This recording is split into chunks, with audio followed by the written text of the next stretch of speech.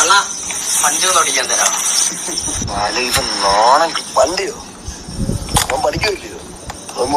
ഇല്ല പഠിക്കുമല്ല, വണ്ടി ഓടിക്കും. അതിനുള്ള പ്രായമൊന്നും സൗദിയിലൊക്കെ ഓടിക്കുന്നേ.